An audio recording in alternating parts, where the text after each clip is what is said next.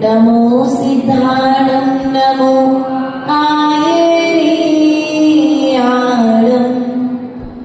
नमो अजायाणं नमो लोये सर्वसागुणं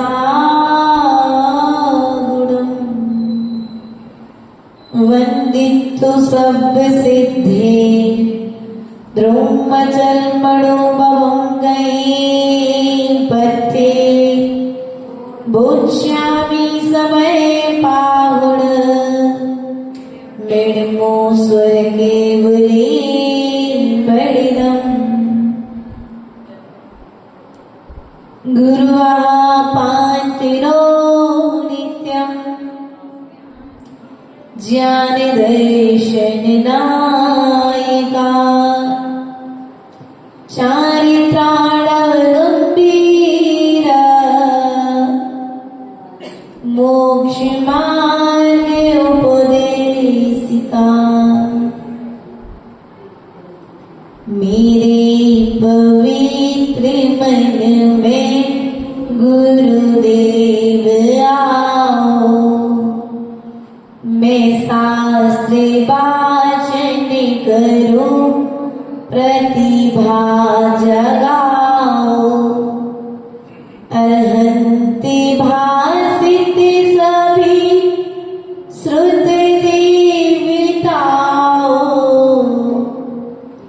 क्या बोलना अब मुझे तुम्हें ही बताओ क्या बोलना अब मुझे तुम्हें ही बताओ। बोले अनंतानंत सिद्ध परमेश्वरी भगवान की, देवादिदेव मूलायक आदिनाथ भगवान की, देवादिदेव मूलायक परिशुभ्रनाथ भगवान की, शासन नायक महावीर स्वामी की, आचार्य भगवत कुंद स्वामी की, आचार्य भगवत विधान सागर विशुद्ध सागर विभव सागर जी महाराज जी की, द्वादशांग जिनवाणी माता की,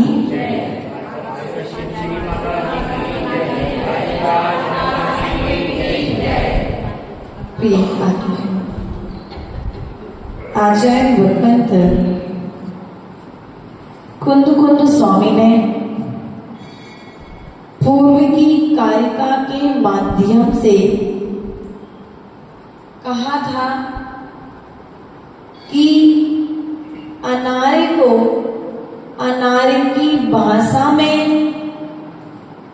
समझाया जाए तो उसे वस्तु की व्यवस्था समझ में आती है।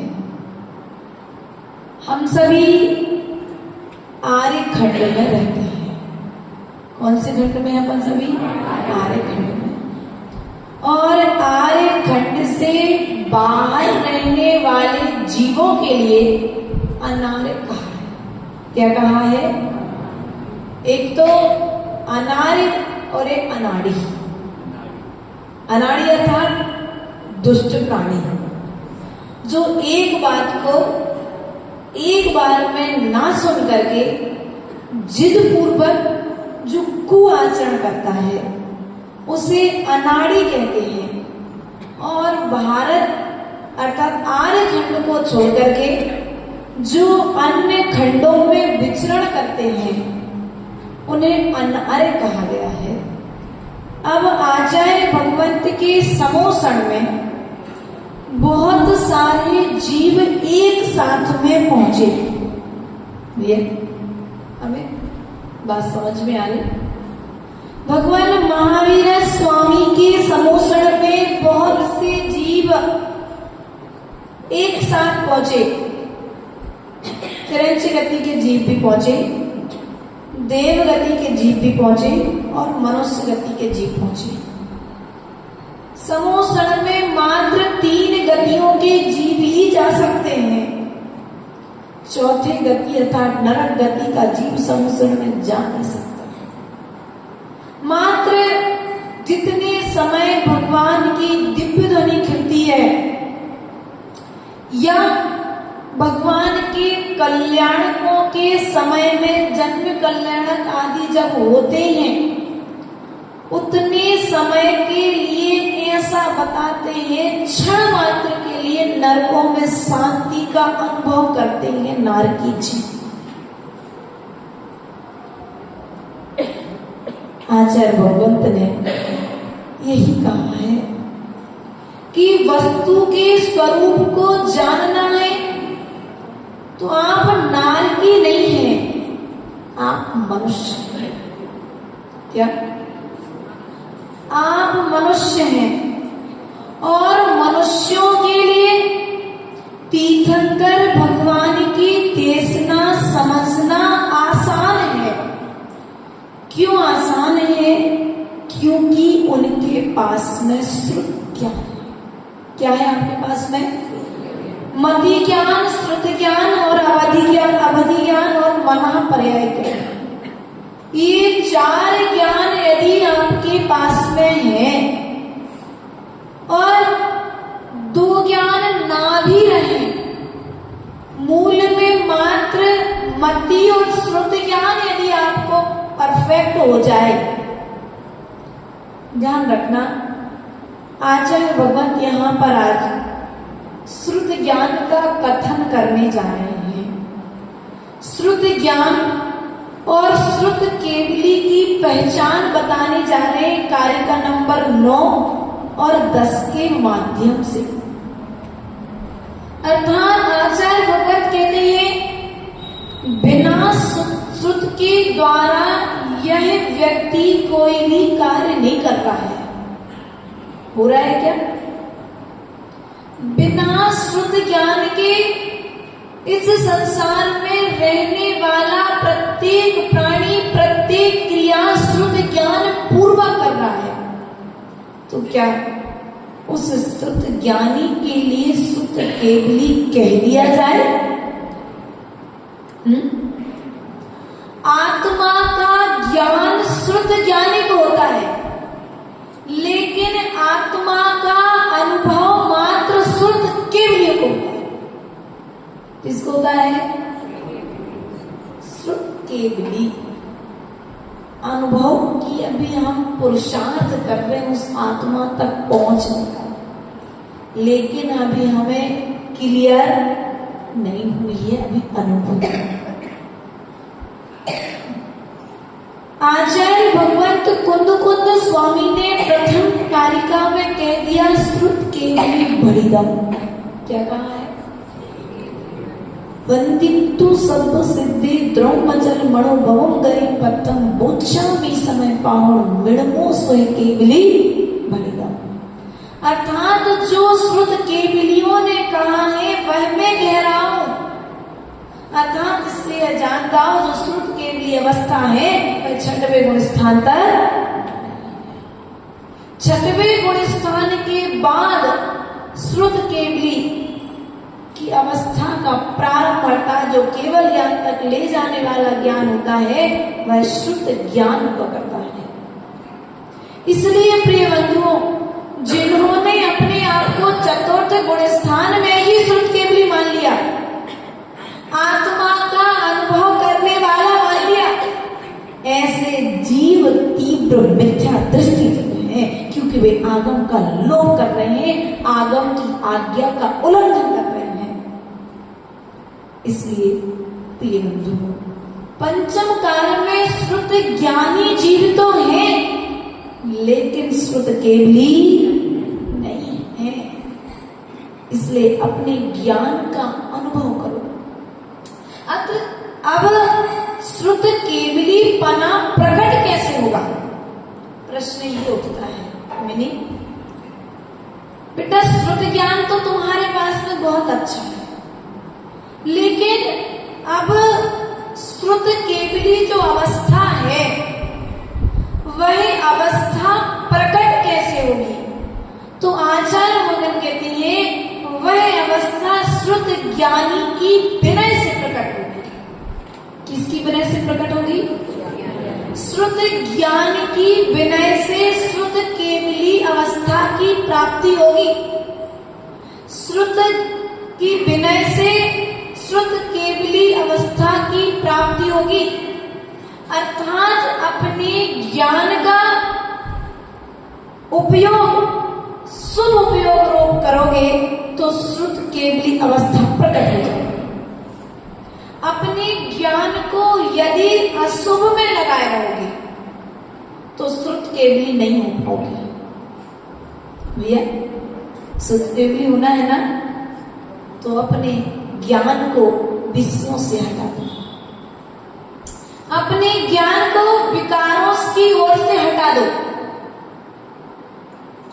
गाड़ी चलाई, टू व्हीलर, अभी जितने लोग आए बंगेला जी टू व्हीलर से आए ना,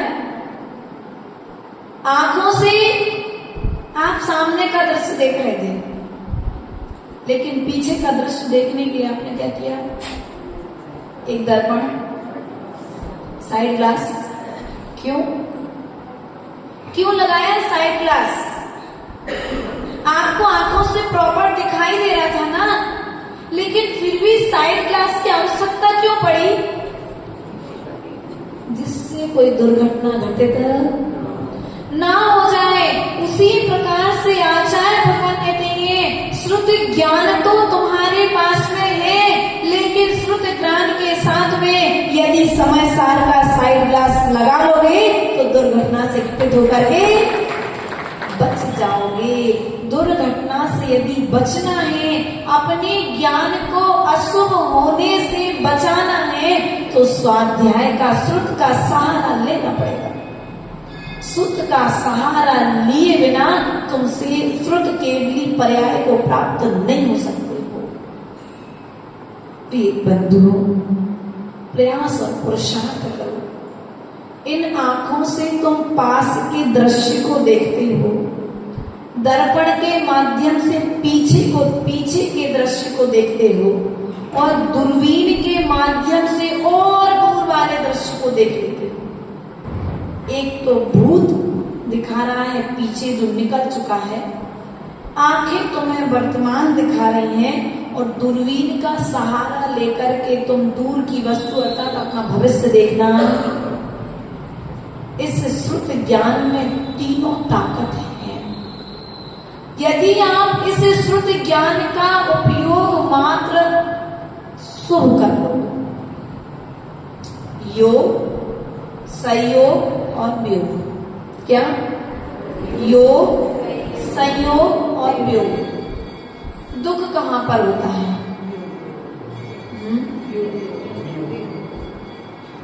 ना तो वियोग में दुख देने की ताकत है, ना संयोग में सुख देने की ताकत है। तुम्हारे ज्ञान में जो भाव उत्पन्न हुआ है, मन, वचन और काय, इन तीनों के योग को योग कहा गया है, और इनके योग होने पर जो मन में शुभ और अशुभ विचारों का उत्पन्न होना होता है, वह क्रिया हमें सुख और दुख प्रदान करती है। इसलिए आप पुरुषार्थ करो कि संयोग हुआ है तो एक ना एक दिन वियोग निश्चित होने वाला। अब संयोग के समय में तुम सुख मना रहे हो और वियोग के समय में तुम दुख मना रहे हो, तो नुकसान किसका हो रहा है भैया? किसका नुकसान हो रहा है? श्रुति ज्ञान किसका नष्ट हो रहा है? ज्ञान पर्याय किसकी खराब हो रहे हैं? स्वयं की हो रही है। समय किसका खराब हो रहा है? जितना जितना समय तुम अशुभ क्रियाओं में, अशुभ के योग में, अशुभ के वियोग में, अशुभ के चिंतन संयोग में, चिंतन में दे रहे हो, उतना तुम चैतन्य चिंतामणि से दूर चले जा रहे हो। इसलिए प्रयास करो, अपनी चेतना का उपयोग स्थिर रखो। क्या रखना है? हमने बताया था कि जल यदि स्थिर हो तो हमारा चेहरा भी स्वच्छ दिखाई देता है, और यदि उस जल में एक छोटा सा पत्थर डाल दो या छोटी सी लकड़ी डाल दो जिससे वह जल हिल जाए, क्या होगा? चेहरा स्वच्छ दिखाई नहीं देगा। हमारी स्थिति क्या है? इससे श्रुति ज्ञान का उपयोग हमने विकारी भावों में करके रखा है। हम इस श्रुति ज्ञान का प्रयोग सम्यक की ओर कर ही नहीं रहे, सम्यक ज्ञान की ओर कर ही नहीं रहे। अभी हमारी दिशा ही सही नहीं है तो हमारी दशा सही कैसे होगी? सोना, समझ में आ रही बात? शिखर जी जाना है ना, कुछ समय पश्चात जाओगे। शिखर जी जाना है ना, यदि दिशा सही चलोगे तो शिखर जी पहुंच जाओगे। और यदि आपकी दिशा ही सही नहीं है, अर्थात तुम्हारा ज्ञान ही सही नहीं है, अब जब तुम्हारा ज्ञान ही सही नहीं है, तुम्हारा अर्जन करने का तरीका ही सही नहीं है, तो दुनिया की कोई ताकत तुम्हारे लिए श्रुति के लिए व्यवस्था को प्रदान नहीं कर सकती। एक तो आचार्य गुरुदेव कहते हैं अर्जन की कला आना चाहिए। कौन सी कला? एक तो अर्जन की कला सही आना चाहिए और दूसरी विसर्जन की कला। कौन सी कला भैया? एक तो अर्जन की कला और दूसरी, यदि अर्जन की कला सम्यक है तो विसर्जन की कला भी सम्यक पूर्वक होगी। यदि अर्जन की कला में विकार है तो विसर्जन की कला में भी विकार भाव होगा। विकार अर्थात राग भाव। आपने हमें गुरु बनाया, ठीक, अर्जन किया अपने भावों से। यदि आप मुझे गुरु बनाते समय हमारे ज्ञान, दर्शन और चारित्र गुण को देख करके गुरु बनाते तो आपको दुख नहीं होता। भैया पता हो, दर्शन गुण, ज्ञान गुण और चारित्र गुण, इन तीन गुणों को देख करके यदि आप भगवान के पास में जाते, गुरु के पास में जाते, तो तुम्हारे लिए आत्मा की कुछ तो उपलब्धि होती। लेकिन आप राग पूर्वक आ गए। क्या किया? राग पूर्वक आए हो तो क्या होगा? कोई आवाज अच्छी है इसलिए आया है, किसी के रिश्तेदार है सो आया है, माता जी छोटी छोटी है, कोई इसलिए आया है, कोई इसलिए आया है कि देखते हैं समय साल कैसा बाँचती है। नाना तरह के जीव, नाना तरह के भावों को लेकर के सभा में पधारे। लेकिन आचार्य भगवत कुंद स्वामी कहते हैं कि मात्र एक भाव लेकर के आते कि मैं जिस सभा में जा रहा हूं उस सभा में सम्यक दर्शन, ज्ञान और चारित्र का दर्शन होगा तो तुम्हारे कर्मों की निर्जरा होगी। बाकी सब बेकारी भाव तुम्हें कर्म बंद कराने वाले हैं। सम्यक ज्ञान से सहित भाव तुम्हारे लिए श्रुत के लिए बनाने वाले हैं। इसलिए अपनी ज्ञान पर्यायों में परिवर्तन करना इसमें परिवर्तन करना है। बच्चे को संभालने के लिए जीवन नहीं लगेगा, बच्चे के मात्र ज्ञान को संभालना। किसको संभालना है? मात्र स्कूल में जाकर के टीचर्स करते क्या है? सोनल क्या करते? सोनल क्या करते हो? पढ़ाना क्रिया अलग है। पढ़ाने के भीतर में आपका भीतरी भाव क्या होता है? उनकी ज्ञान भावनाओं को चेंज करना। आपने ज्ञान में यदि परिवर्तन कर दिया तो बच्चे का जीवन परिवर्तन हो जाएगा। और यदि आप बच्चे के ज्ञान को परिवर्तित नहीं कर पाए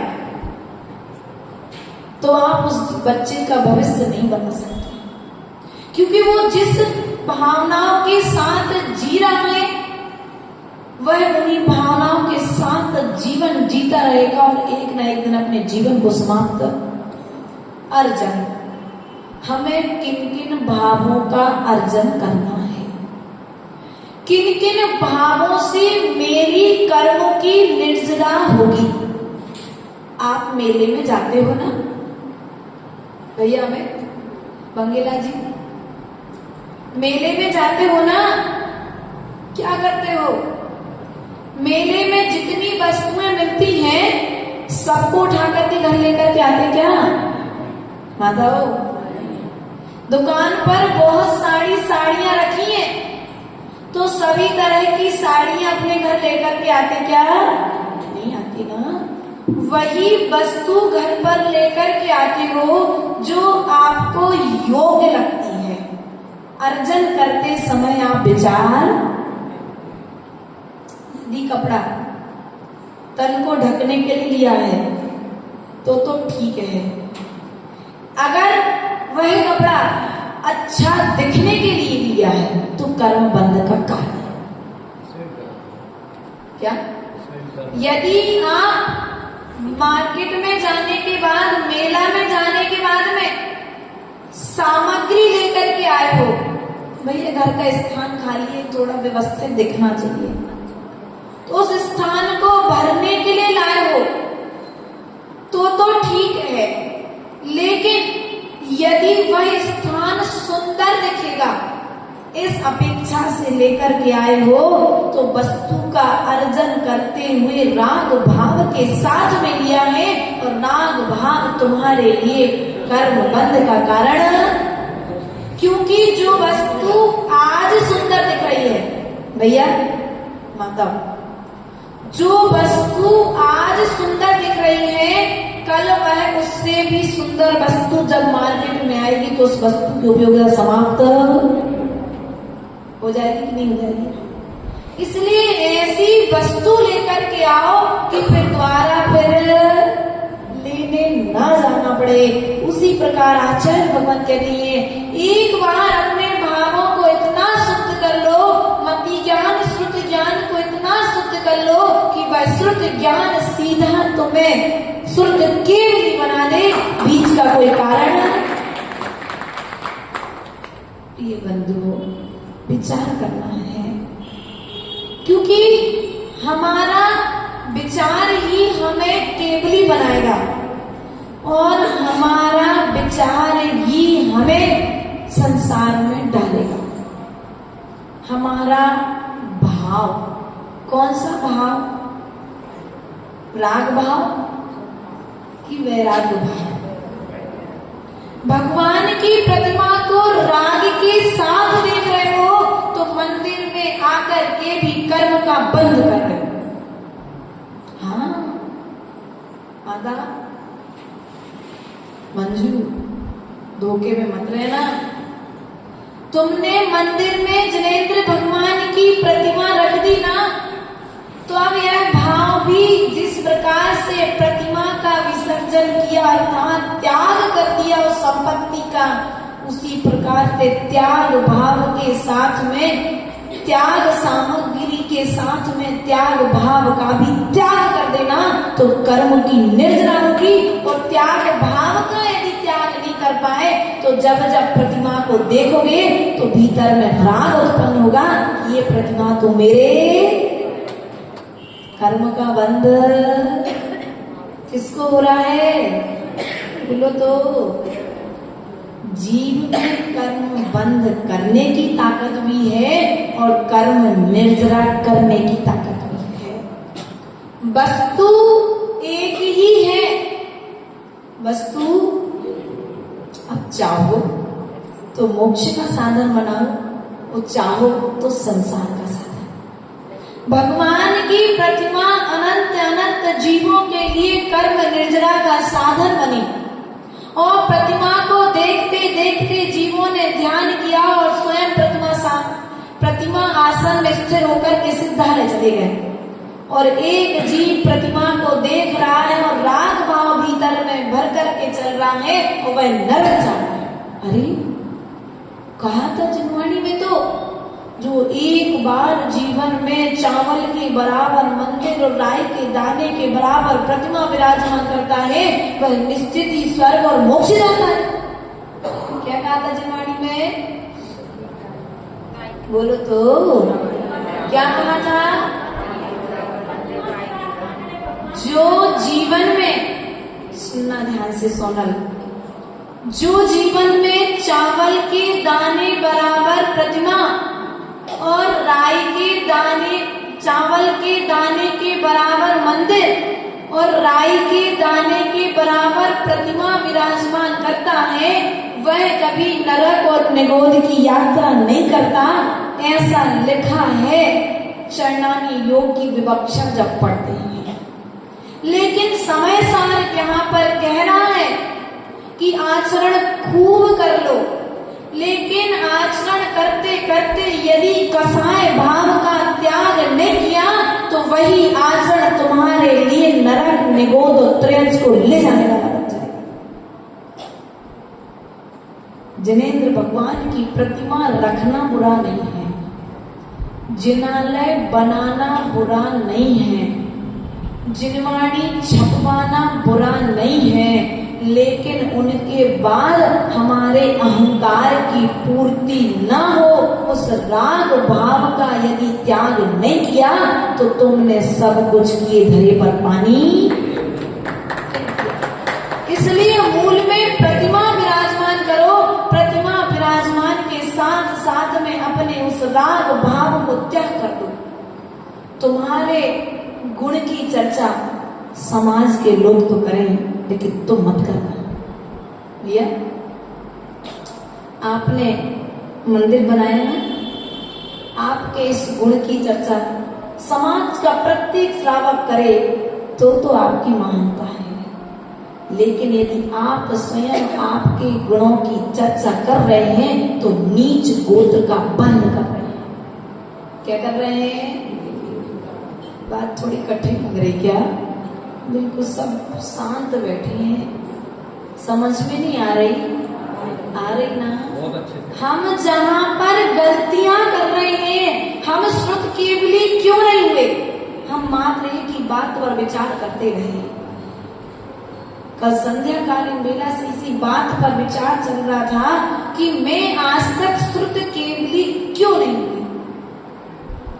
उत्तर आया, श्रुत का सही उपयोग नहीं किया। क्या?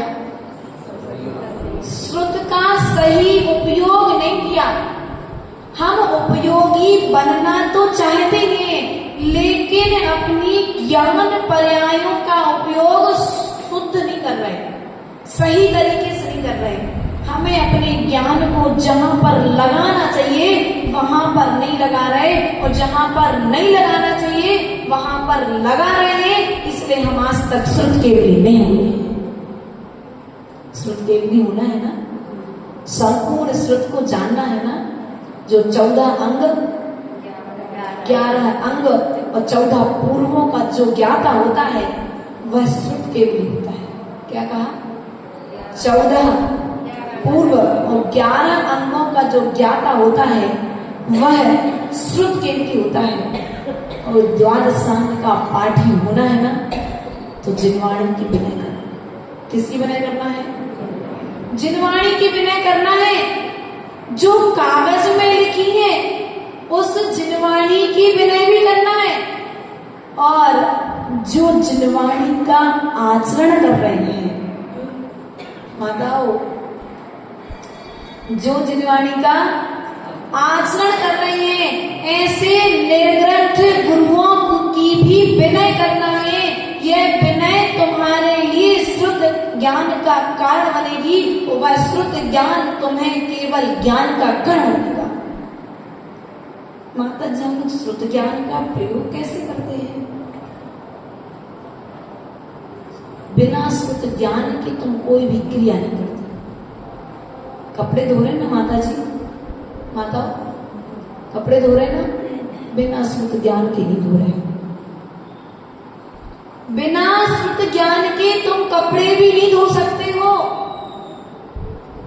ये बंधुओं, अपने श्रुत ज्ञान का प्रयोग वह कपड़े धोने की क्रिया भी तुम्हारे लिए कर्म निर्जरा की कारण बन सकती है। बन सकती कि नहीं बन सकती वगैरह जी? पर तुम्हारी प्रत्येक क्रिया तुम्हारे लिए कर्म निर्जरा का कारण बन सकती है। बस अपने ज्ञान को विवेक में परिवर्तित करना। क्या करना है? अपने श्रुत ज्ञान को विवेक में परिवर्तित कर दो। जब तक तुम्हारा ज्ञान विवेक में परिवर्तित नहीं होगा, तब तक तुम्हारा ज्ञान श्रुत केवली रूप परिवर्तित नहीं होगा, अर्थात केवली अवस्था प्राप्त नहीं होगी। ज्ञान तो श्रुति ही है, केवली क्या है? इस जीव की अंतिम अवस्था का नाम है केवली, अर्थात श्रुत केवली। प्रिय बंधु, हमारा ज्ञान उस सांचे की तरह है। आटे को गुजिया के सांचे में डालो तो गुजिया रूप परिवर्तित हो जाता है। शक्कर को गड़िया गुल्ला बेचते होंगे आप लोग, है ना, किराने वालों है? हाँ, बचपन में देखे और अभी बुंदेलखंड में चलते भी हैं, क्योंकि इंटरकास्ट लोगों में प्राय कर उनका प्रयोग होता है। वो जो ज्ञान पर्याय है तुम्हारी, तुम उस ज्ञान पर्याय को जिस सांचे में ढालोगे, सांचा तुम्हारे भावों का है। अब तुम उन भावों को जिस रूप ढालोगे, वह श्रुत ज्ञान तुम्हें उसके अनुरूप फल देने वाला हो जाएगा। शक्कर को तुम कटोरी में डाल दो, कटोरी के आकार की हो जाती है। प्लेट में डाल दो, प्लेट के आकार की हो जाती है। कलश में डाल दो, कलश के आकार की हो जाती है। नाना तरह के तुम्हें जैसा आकार देना है, वह शक्कर उस आकार को प्राप्त कर लेती है। उसी प्रकार से आचार्य भगवान कहते हैं, तुम्हारा ज्ञान है, तुम्हारे पास में है, तुम उसे जिस आकार में डालोगे, वह उस आकृति में परिवर्तित हो जाएगा। तुम जिनवाणी का सहारा दोगे तो वह जिनवाणी रूप में परिवर्तित हो जाएगा। और संसार के प्राणियों का, संसार के भावों का सहारा दोगे तो वह संसार के अनुरूप चलने लग जाएगा। गाड़ी का हैंडल तुम जिस दिशा में मोड़ो, मोड़ने वाले कौन हो? तुम स्वयं हो ना, कोई दूसरा तो नहीं है ना। चालक कौन हो? तुम स्वयं हो। तुम जिस दिशा में उस हैंडल को मोड़ोगे, वह हैंडल उस दिशा में चला जाता है। उसी प्रकार हमारा यह ज्ञान है। जल आप चाहो तो रंग डाल दो, चाहो तो शक्कर डाल दो, और चाहो तो नींबू डाल दो, और चाहो तो जहर की बूंद डाल दो। जल तो जल है, आप जैसा सहयोग देंगे वह वैसा बन जाएगा। आप अपन कर क्या रहे हैं? अपने इस ज्ञान को जहर रूप परिवर्तित कर रहे हैं, विकार का जहर मिला करके। कसाय जहर की तरह हैं, हम कसाय भर रहे हैं, सो कसाय बाहर से। माता जी, हमारा मन तो नहीं होता ऐसा बोलने का, लेकिन फिर भी बोल आता है। तो हम अपने ज्ञान पर्यायों से भीतर में जो भर रहे हैं ना, वही निकल रहा है। पहले संकलन अर्थात अर्जन, मुझे अपने भीतर में लेकर के क्या जाना है। क्या कहा? मुझे अपने भीतर में लेकर के क्या जाना है, वही बात मैं अपने भीतर में लेकर के जाऊंगा। जो बात मुझे भीतर वाले से मिला दे, मैं उस बात को भीतर तक लेकर नहीं जाऊंगा। जो मेरे भीतर में रहने वाले शुभ भावों को भी बाहर निकाल दे। भैया ध्यान रखना कि तुम्हारा भाव तुम्हारे लिए संसार का कारण है और तुम्हारा भाव ही तुम्हें संसार से पार करने वाला है। इसलिए अपने भावों को संभालने का प्रयास करो। इन भावों को संसार में आकर के संसार की चीजों को देख करके संसार में लीन मत हो जाओ। संसार में आकर के संसार को छोड़ने की कला सीखो। संसार में आकर के संसार में डूब गए तो तुम्हारा संसार में आना सार्थक नहीं हुआ, बेकार हो गया। कोई व्यक्ति 20 सीढ़ी चढ़ जाए और 5 सीढ़ी शेष रह जाए और फिर कह दे भैया अब थक गए, वापस जा रहे हैं, तो पीछे वाला क्या कहेगा? भैया पागल होगा, अब 5 सीढ़ी रह गई तो तुम वापस जा रहे हो और 20 सीढ़ी तो चढ़ गए हो, थोड़ा सा पुरुषार्थ कर लो, चलो हम तुम्हें हाथ लगा देते। हाथ पकड़ के क्या करते हो फिर? उसे आगे की ओर। उसी प्रकार से यदि संसार में कोई जीव भटक रहा है, संसार में यदि कोई जीव डूब रहा है, तो क्या करो? उसे शुद्ध ज्ञान पूर्वक, सम्यक ज्ञान पूर्वक उसे संभाल लो। संसार की यात्रा उसकी तो समाप्त तो होगी, तुम्हारी यह क्रिया तुम्हें भी संसार से पार कर देगी। इसलिए अपने शुद्ध ज्ञान का उपयोग शुभ उपयोग में करो। किसमें करो?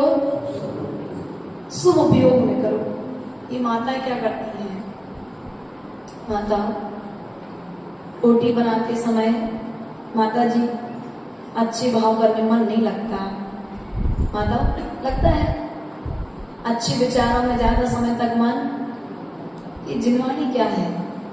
आचार्य कुंद कुंद स्वामी का विचार है। भैया ये जिनवाणी क्या है? आचार्य कुंद कुंद स्वामी का विचार है, आचार्य कुंद कुंद स्वामी का भाव है। और इस जिनवाणी में इतनी ताकत है कि 2000 वर्ष पूर्व लिखने के बाद में भी आज हमारे लिए संसार सागर की यात्रा को समाप्त करने में सार्थक है, अर्थात सक्षम है। कुंद कुंद स्वामी का 2000 साल पहले का भाव आज हमें कर्म निर्जरा का साधन बना हुआ है। इसलिए प्रयास और पुरुषार्थ करो। जितनी स्थिरता आप रोटी बनाते समय रखते हो, रखते बोलो तो, रखते कि नहीं रखते? पूर्ण सावधानी रखते हो रोटी बनाते समय। जितनी सावधानी तुम रोटी बनाते समय रखते हो और जितनी सावधानी आप दुकान पर, भैया 15 अगस्त आ रहा है, आपका व्यापार है, ध्वजा बैंड आदि आदि आप देते हो बच्चों के लिए, कितनी सावधानी रखोगे पैसा काटते समय? रखते कि नहीं रखते? झपकी आ जाए तो, यदि पैसे काटते समय यदि आपको झपकी आ जाए तो क्या होगा? थोड़ा गड़बड़ कुछ, वहां झपकी नहीं आती। क्यों माता? रोटी बनाते समय एक रोटी तवे पर है, एक रोटी हाथों में बेलन चल रहा है। कितनी उपयोग की स्थिरता है कि एक समय में एक साथ में आप 2-2 रोटियों पर ध्यान दिए हुए हैं। उसी प्रकार से आचार्य भगवान कहते हैं 3 रोटी कैसे? एक तवे पर है, एक हाँ समझ जाए। इनका ध्यान भी आप पर है कि आपकी उपयोग की स्थिरता को देखो। एक रोटी आपने सेक करके आपने डाल दी है उस पर आपको घी भी लगाना है, जो तवे पर रखी है उसको आपको पलटना भी है, और जो बेल रहे हो तवे वाली सीखे उसके पहले आपको उसको कंप्लीट। धन्य है आपका उपयोग। यदि इतना उपयोग आप स्थिरता है, इतनी स्थिरता यदि आत्मा के ध्यान के समय रख लो तो कल्याण हो जाएगा। कल्याण होने में समय, ये बात आपकी है, माई नहीं है। ये लोग कहते हैं माता जी मन नहीं लगता ध्यान करने में, जिनवाणी पढ़ने में मन नहीं लगता। जिस दिन इसकी महत्वता का ज्ञान हो जाएगा, महिमा का ज्ञान हो जाएगा, उस दिन इसमें मन लगने लगेगा। अभी तो ये ज्ञान है कि यदि रोटी जल गई तो आटा खराब हो जाएगा, यदि झपकी आ गई तो दुकान में नुकसान हो जाएगा। अब इस चीज का ज्ञान है, इसलिए वहां पर झपकी नहीं आती। आपको रोटी बनाते समय आलस नहीं आता, धर्म के कार्य करते समय आलस आता है। और धर्म के कार्य करते समय यदि आलस आ रहा है तो अभी आपका श्रुत ज्ञान भी सम्यक ज्ञान रूप परिवर्तित नहीं हुआ है। यदि परिवर्तित करना है तो क्या करो, बोलो तो क्या करो। जितनी स्थिरता व्यापार में रखते हो, जितनी स्थिरता गृहस्थी के कार्यों में रखते हो, उतनी स्थिरता स्वाध्याय को सुनते समय, स्वाध्याय को करते समय और स्वाध्याय का स्मरण करते समय रखोगे तो निश्चित ही आपको यह श्रुत ज्ञान केवल ज्ञान का कारण बनेगा।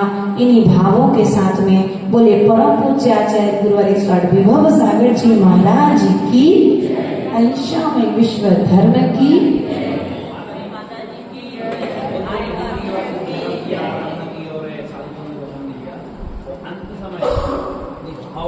अभव्य जीव जो होता है ना,